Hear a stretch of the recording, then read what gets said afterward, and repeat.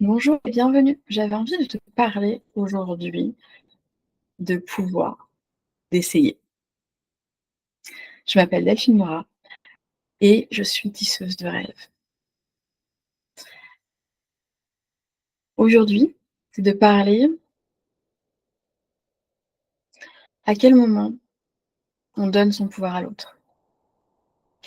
À quel moment on va attendre, typiquement, dans un accompagnement, quand on a une vidéo, que l'autre nous apporte des réponses. Moi, je ne suis pas là pour te donner des réponses. Je suis là pour te montrer des idées, t'apporter des points de vue et que toi, tu prennes ce que tu veux et que tu avances au fur et à mesure. L'idée, c'est que tu as peut-être essayé déjà plein de choses et qu'il y a peut-être des moments où tu es fatigué, où tu ne sais pas comment tu vas finir par ça va finir par se décanter, ça va finir par avancer, tu vas finir par switcher. Parce que tu as l'impression d'avoir essayé plein de trucs et d'avoir quand même sacrément galéré aussi, ou d'avoir eu ta dose. Et que là, l'idée, c'est justement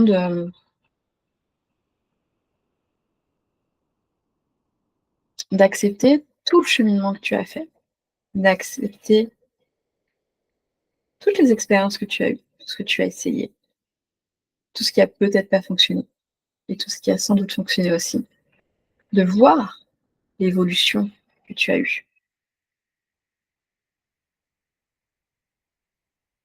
Si tu cherches quelqu'un qui va te dire, «Ta vie c'est super facile, et cetera», c'est pour moi, je ne sais pas non plus ce que c'est qu'une vie, facile, fluide, lumineuse et tout est je ne sais pas. J'ai galéré aussi. Des murs, je m'en suis pris plein, des tournants aussi. Ça a forgé ma résilience, ça a forgé, mon envie de vivre aussi, mon envie d'avancer. Ça a forgé, qui je suis aussi maintenant et ce que j'ai envie de transmettre. C'est que rien n'est une fatalité. On a toujours plusieurs manières de prendre les choses. Donc soit on la prend d'une manière, «Je suis une victime, la vie m'en veut, j'ai une vie de merde et puis c'est définitif.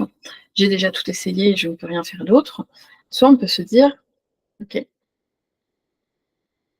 comment je peux aussi changer de point de vue?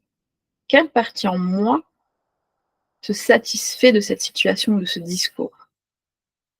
Parfois, ça peut être pour se faire plaindre, pour attirer l'attention, pour être vu, pour se sentir aimé, pour te sentir un peu cajolé aussi. Il y a plein de raisons à tout ça. Mais c'est à quel moment je décide, moi, d'avancer, de changer de regard, d'essayer d'autres choses, d'une autre manière.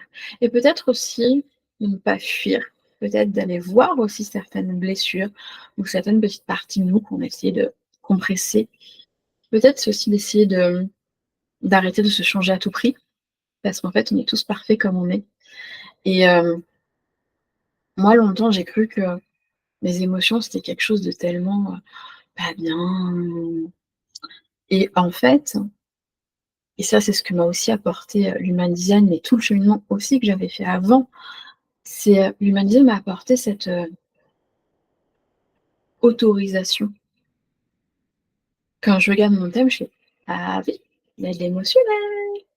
Quand j'ai regardé après ma carte natale en astrologie, j'ai fait: «Mmh, OK, moi je suis un être hyper émotif». Voilà. Et longtemps, j'ai essayé de ne plus l'être. J'ai essayé d'être de plein de manières différentes, hein, j'ai tout essayé. Hem, Tous les extrêmes aussi et cetera. Et en fait, ça ne marchait pas. Parce qu'en fait, finalement, la clé, quelque part, c'était, d'accepter que ça faisait partie de moi et d'accepter plutôt de les apprivoiser, plutôt que d'essayer de les réprimer. Voilà. Donc j'espère que ça te donnera des pistes pour avancer, pour réfléchir et puis, si tu as besoin, je suis là.